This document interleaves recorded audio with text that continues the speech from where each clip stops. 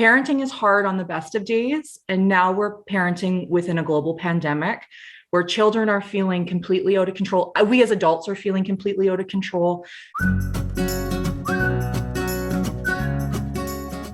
You're listening to the Happy Doc Student Podcast, a podcast dedicated to providing clarity to the often mysterious doctoral process. Do you feel like you're losing your mind? Let me and my guests show you how to put more joy in your journey and graduate with your sanity, health, and relationships intact. I'm your host, Dr. Heather Frederick, and this is episode 65. On this episode, I welcome Dr. Megan Just-Mancini. Megan is a registered psychologist who works in private practice supporting individuals and families affected by mental health-related challenges. She has experience working with diverse groups in the United States and Canada in educational, inpatient, outpatient, and private care settings. Today, she is going to share how you can ACE not just parenting, but ACE navigating the current state of the world. Megan, welcome to the show. Hi, Heather. Thank you so much for having me. I'm excited to be here. I'm excited to have you here too. And I always like to give the listeners a little backstory when there is one. And you and I met a couple years ago. Yeah. I had the honor of chairing your doctoral work. And you defended right around the time that I was launching my podcast. And I said, I would love to have you on because your research would be so valuable to anyone who is a parent, and especially if you're in a doctoral program. So today I thought we would start with you telling your story, how it was that you ended up pursuing a doctorate. Why don't we start there? Sure. So pursuing a doctorate has always been a goal of mine. Both of my parents have doctorates in psychology. And so there was that motivating force since I was a little nugget. And so, so I started my psych undergrad at the University of Alberta. And I actually fell in love with it when I started working with kiddos who were diagnosed with externalizing disorders, so oppositional defiant disorder, autism spectrum disorder, ADHD, and really fell in love with supporting change with them and in integrating their families. So through that, I decided to pursue a master's at Boston University. And then I started in at California Southern University for my PsyD. So it's been a long journey, but I'm excited to be here. Now, you had an area of interest. You knew, hey, I'm here to help these children who are struggling and their families, to reduce some of this conflict, to make everyone's life better. How did you land on a topic for your doctoral project? So I have always loved, and most of my training and expertise has been with working with children. And through that, working with the family dynamic so that life can become easier for parents and siblings, as well as the child client themselves. And so I was really interested in developing my expertise in that area. Most of my training is behavioral, cognitive behavioral therapy, reward systems, which definitely have value and are very important. But I started to notice that some of this behavioral approach to supporting families and children to mitigate those undesirable behaviors, the behavioral approach wasn't as effective in the long term as I had hoped. And so I wanted to expand my understanding about how can I really help these families and how can I help these kiddos who I often learned in my office were misunderstood. They weren't trying to be bad. They weren't being oppositional or defiant on purpose.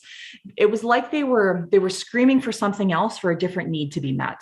And so I wanted to expand my understanding of that so that I could offer my families that I work with evidence-based tools to meet that need that children were screaming for. And I recall when we started working together, you already had a lot of information on this topic. You had already started to become an expert yourself.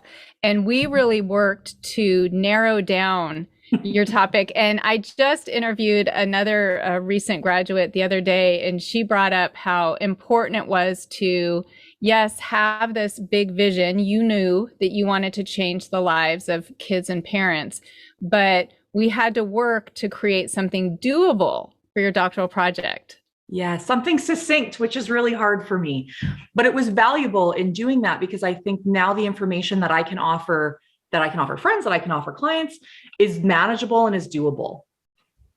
And I think one of the things that worked well with us is the fact that I'm not a clinical psychologist. I don't see clients. And so you would write something that just sounded brilliant, But as someone who wasn't in the field, I don't have a practice. I had to say, tell me more or explain this. For example, you talked about externalizing behaviors. Let's talk about kids' behaviors, especially now post-COVID, or maybe we're still in COVID. I'm not really sure what's going on, but behaviors that are happening that are challenging.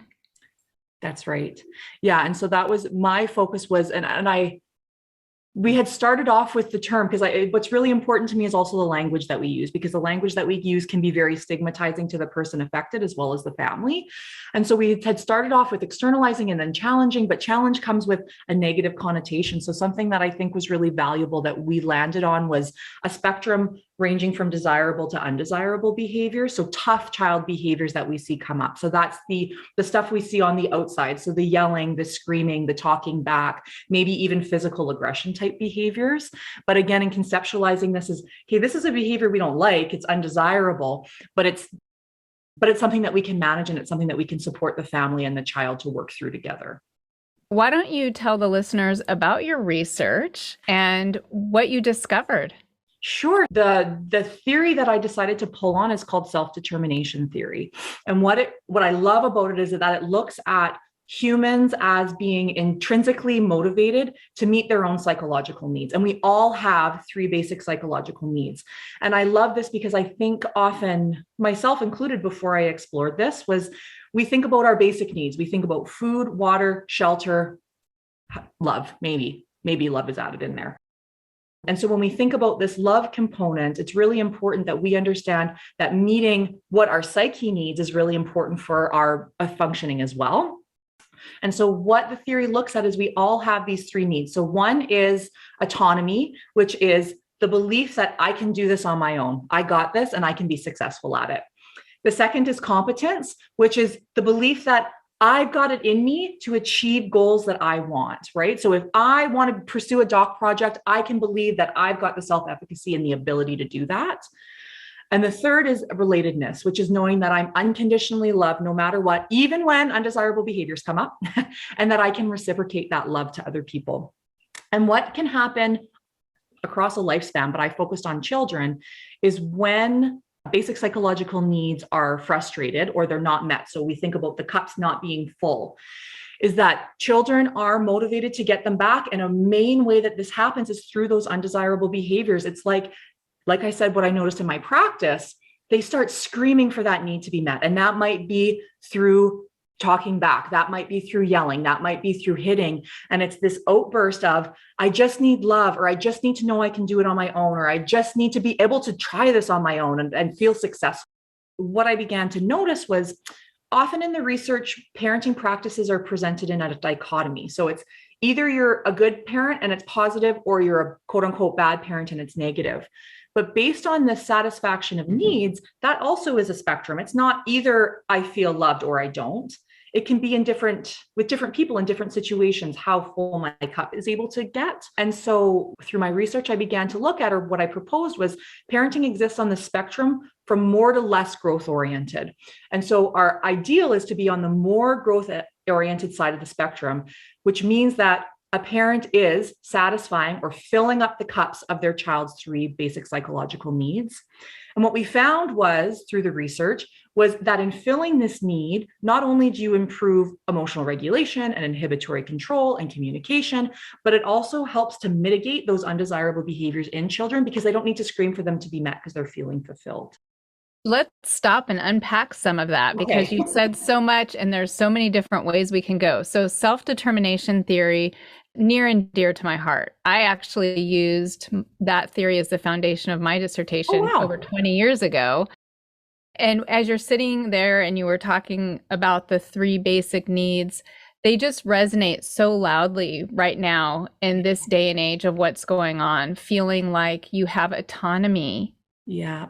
Feeling competent, feeling related. It's almost as if, we're here talking about children and you're going to get to some awesome parenting tips, but even sitting here as a parent myself, thinking about how the change in the world and the change in work structure has impacted my basic needs. Yes, absolutely. We have maybe there's the illusion of control that we had, or the autonomy or the ability to be effective on our environment has really been stripped from us with, I mean, we have to stay safe, but with regulations and not having control of what COVID does and what it's looking like in the world, it's been hard for all of us. And I think with that, there's a lot of us screaming right now of, I don't know how to get my needs fulfilled because there's so much that's outside of our control. I don't know if you feel like that too, Heather. Yeah, I was going to say, we're talking about helping children so they have fewer undesirable behaviors that we're dealing with as a parent. But I'm thinking, wow, as I'm reflecting, I've probably been having some undesirable behaviors along with a lot of the adults I'm interacting with. Yes, absolutely. And that's just it. The needs are not just specific to children, although that was my focus. And so how could this not impact any of us? How could this not be challenging? The other thing that I really loved as a parent reading your work was this idea of a continuum of parenting practices, because there would be nights where I would lie in bed and say, wow, I really messed that up, really putting my parenting practices in those two buckets. Either I was a bad parent that day, or hey, that day I did pretty okay. But what you're proposing is that as parents think about how they can support their children, fill up those cups, those basic needs that they present with when they come into the world that we all have, and thinking about their behavior on a continuum, so that maybe one is a little bit more desirable than another one, but you're not good or bad. Yeah, there's a lot of shaming when it comes to parenting. Like you said, it's like either you're screwing up and you're ruining your child and you're bad, or you're doing a good job. And it can feel like there's no in-betweens. So an analogy that I really liked that I read about while I was doing my project was, although more complicated, raising a child is like supporting a plant to flourish. And so if you forget to water your plant one day, or you give it a little bit too much water, you're not killing the plant, right? And so when we think about the more growth-oriented parenting practices on that side of the spectrum, it's offering enough water. It's remembering to water the plant. It's being there to speak kind words to the plant so that the plant can develop. However, if there's a day where, less growth-oriented parenting practices are engaged in, it's not like throwing salt on the plant where you're killing it and there's no coming back from it. It's just a blip, and then you can come back from it, right? It offers that flexibility and that repair that your children are resilient. And though we want to err on the side of the more growth-oriented, if you have a tough day or you have a parenting moment blip, it's not going to destroy their development. It's not going to destroy their functioning. You can bounce back from it, right? I think that children are resilient message is so important, especially if you're a parent going through a doctoral program. I have spoken with students who carry a lot of guilt. Am I being a good parent by being in a doctoral program because I'm so busy? Yeah, absolutely. And it's doing your best. I know this was not in my doc project, but with emotion-focused therapy, with the circle of security, some of the research that's come out of there is they call it good enough parenting, which I really love, which is you just got to hit the nail on the head 30% of the time, which it doesn't have to be 100%. It's 30% of the time you're hitting the more growth-oriented parenting practices. And then the 70% you can screw up and kids will still develop securely attached and function awesomely in the environment, right? So, but it can be scary when we're presented with the good or bad, all or none, 100%, or you're failing, right? I've got twins. They're almost 18. And so this idea of as long as you're hitting the nail on the head 30% of the time just immediately makes me feel lighter and less self-judgmental. That kind of feeds into the results of what I found, because what I looked at were the fundamentals. So the key aspects, if we're going to boil everything down, of parenting that help people parent on the more growth-oriented end of the spectrum. And my acronym was, I'm going to ACE parenting, and I'm going to go backwards because we're talking about empathy. And so the E in ACE, A.C.E, is empathy. And what empathy really stood for that came out of the research was, one, being empathetic towards the child so that you can respond to the emotional need, which we'll talk more about. But two, it's being empathetic to yourself as a parent, where like, I just have to try my best. I just have to try to ace this, but I don't have to be perfect. And in fostering some grace for ourselves, there's less guilt, there's less shame that goes into parenting. And so through that, interestingly, parents are able to engage in more growth-oriented parenting practices a greater proportion of the time. Parenting is hard on the best of days. And now we're parenting within a global pandemic where children are feeling completely out of control. We as adults are feeling completely out of control. Depending what state or what province you're in, there's different regulations in terms of masking, in terms of expectations in public.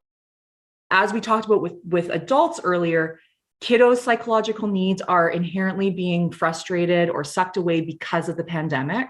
And so know that just doing your best right now, nobody knows what's best. And we're all figuring it out day by day. So to foster that kind of COVID-related compassion too. I love the phrase you just came up with, Megan. I don't know if you came up with it or if you've been using it, but COVID-related compassion. I think all of us could use some of that right now. Yes. Yes. Like a big collective deep breath in. We're all just doing the best we can. That's right. And that, like, to offer that relatedness, the unconditionality to ourselves, our family, but also to each other's in this virtual reality. It's okay that you're struggling. It's okay that life feels out of control and crazy. And it's okay if you feel like you're just trying to put one foot in front of the other every day.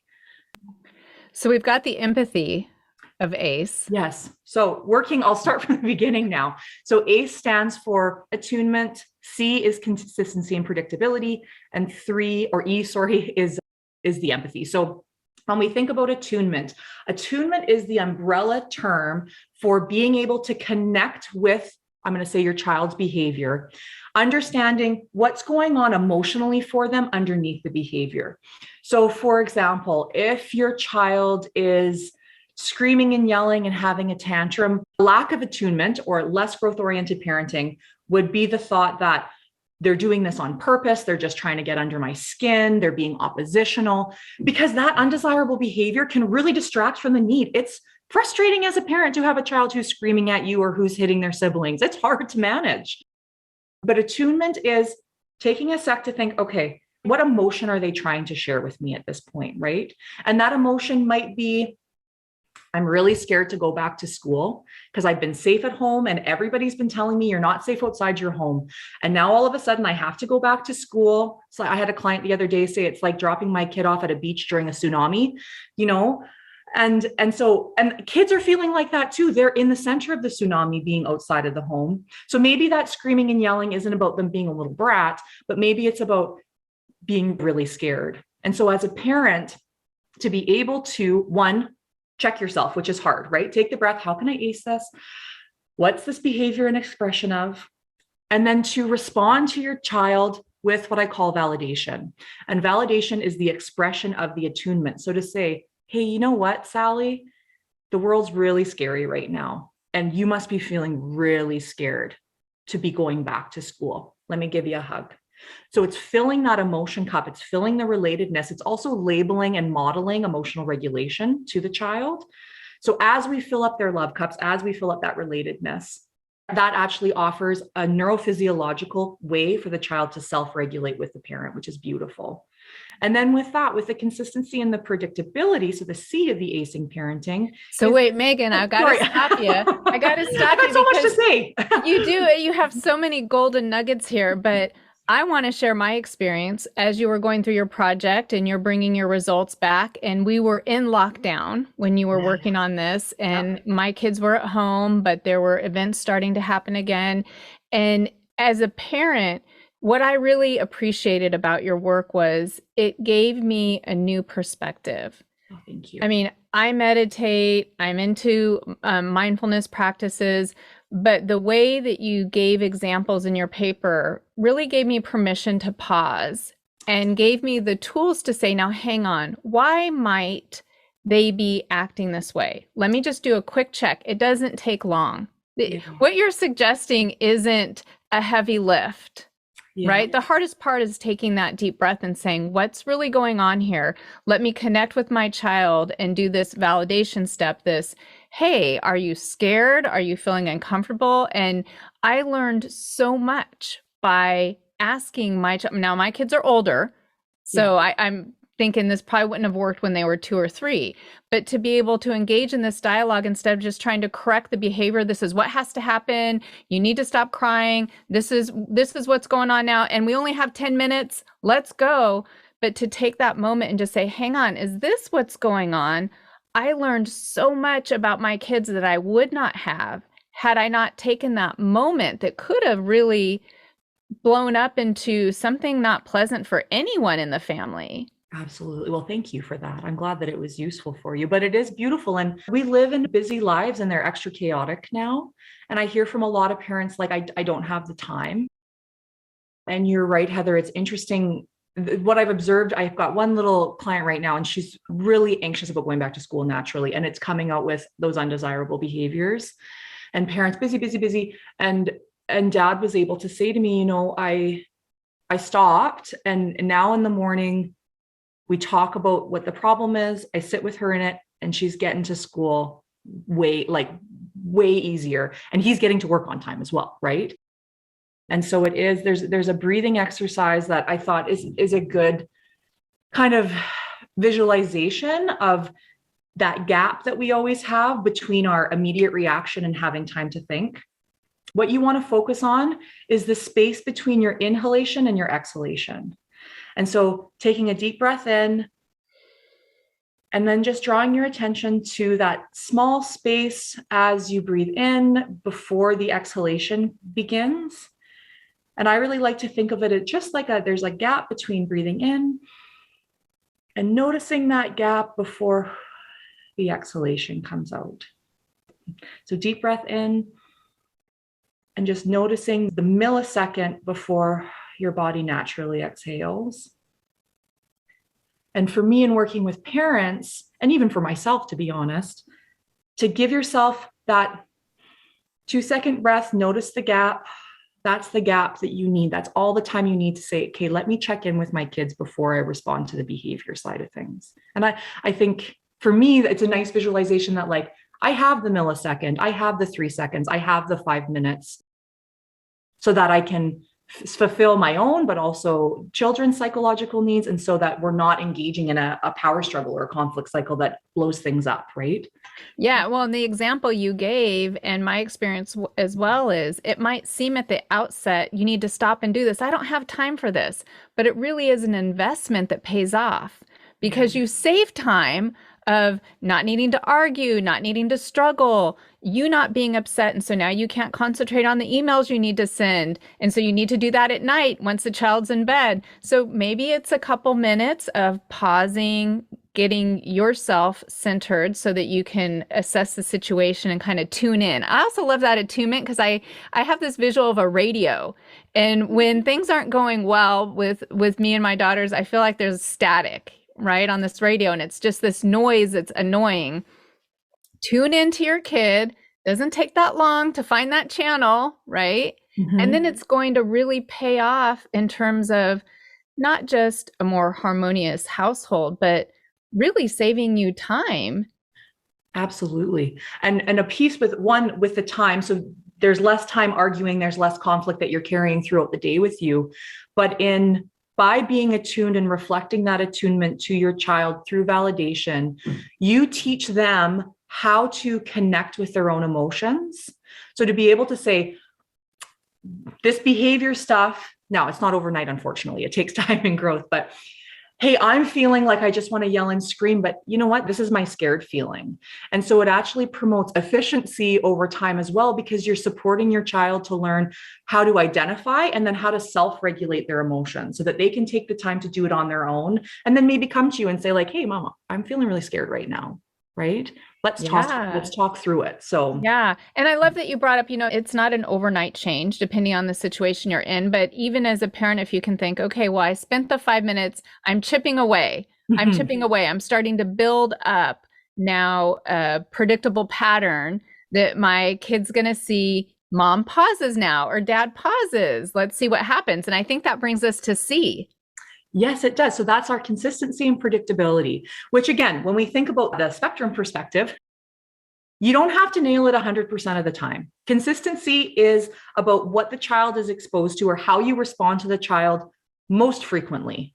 You're allowed to screw up, repair afterwards if you screw up, but you're allowed to make mistakes. You're allowed to lose it some days. You're allowed to have days where, you got to take a breather from your kids and then come back so that you're feeling regulated yourself, which is good modeling.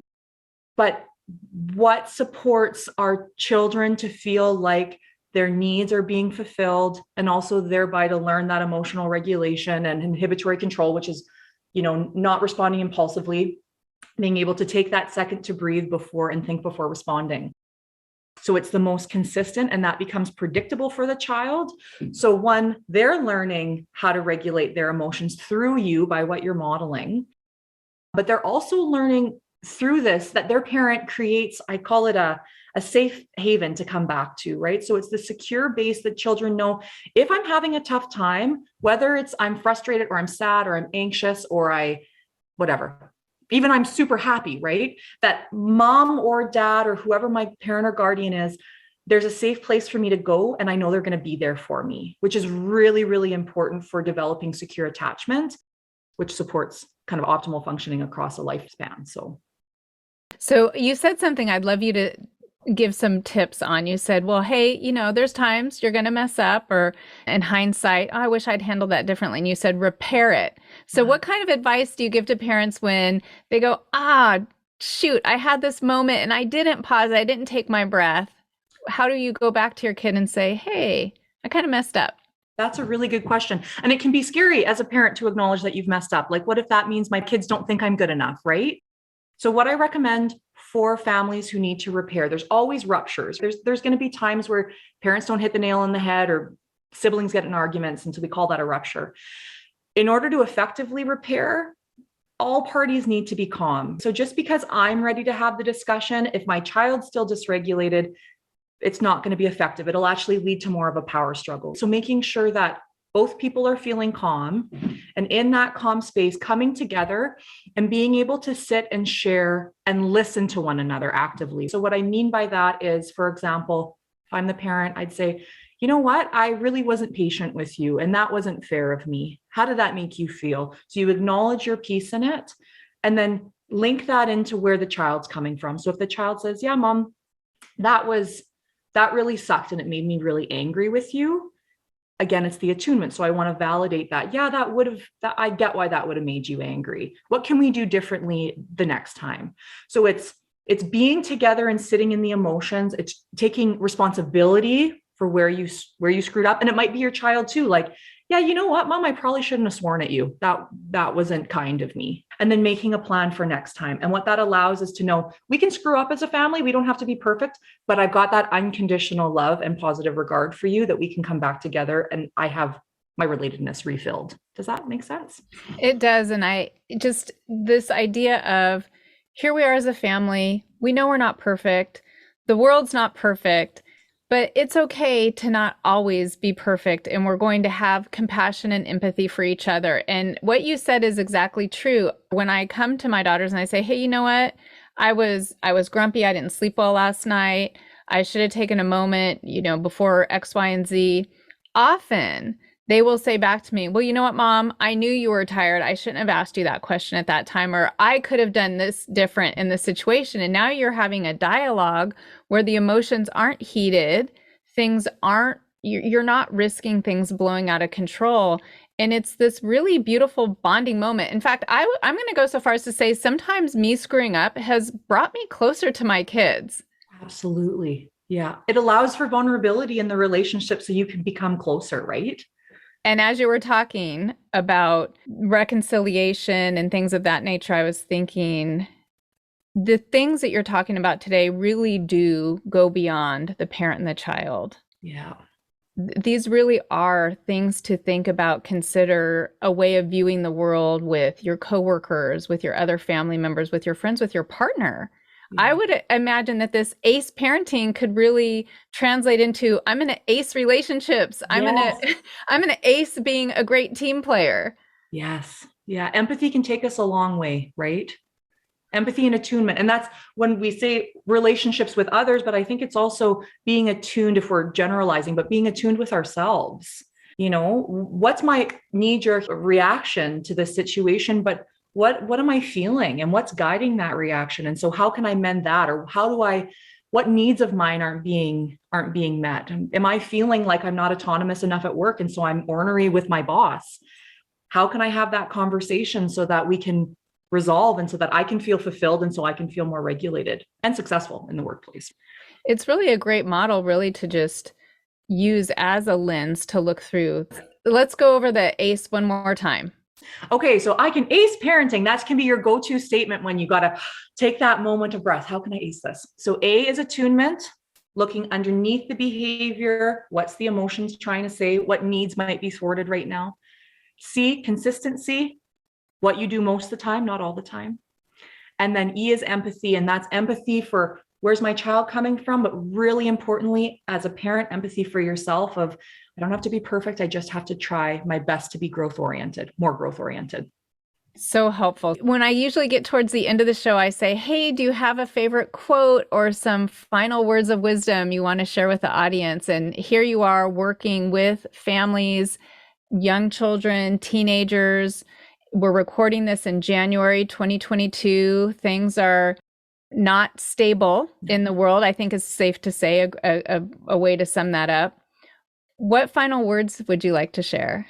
Oh, I think what resonates specific to this with me, and then what I really like to share with my families, is all behavior is an expression of a need. And so when we think about the attunement and connecting with what need is this, to remember all behavior is an expression of a need. Wow. I mean, that's just causing me pause. I'm thinking here with multiple hats on as a parent, as a friend, as a daughter, as a sister, as a chair. When someone's behaving in a way that doesn't feel consistent with how I'd like things to go, if I stopped and I said, what need isn't being met? It completely changes the situation and how I proceed. What the next thing is that's out of my mouth, or the next sentence that I'm typing in my email. It's a short sentence, but it's so powerful and it's so beautiful and so effective. Maybe something people even want to write on their mirror, or a sticky note, make a screensaver. Yeah. Maybe if the whole world did that right now, maybe, hey, join the movement. All behavior is an expression of a need.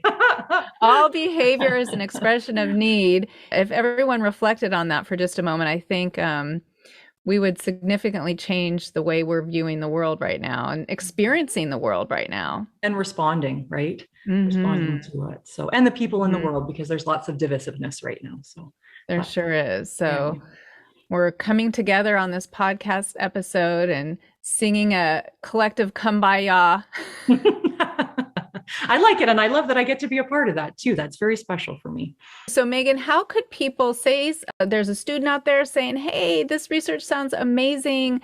Where do I get a copy of this doctoral project? Or maybe you're a parent, you want to know more, you want to share your contact information?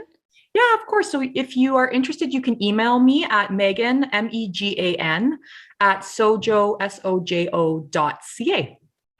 If you're currently a student or a faculty and you have access to a library, do you have the title of your doctoral project handy? Yes, I do. So the title of my doc project is Parenting Practices that Promote Early Childhood Inhibitory Control and Emotional Regulation. And I will have that in the show notes.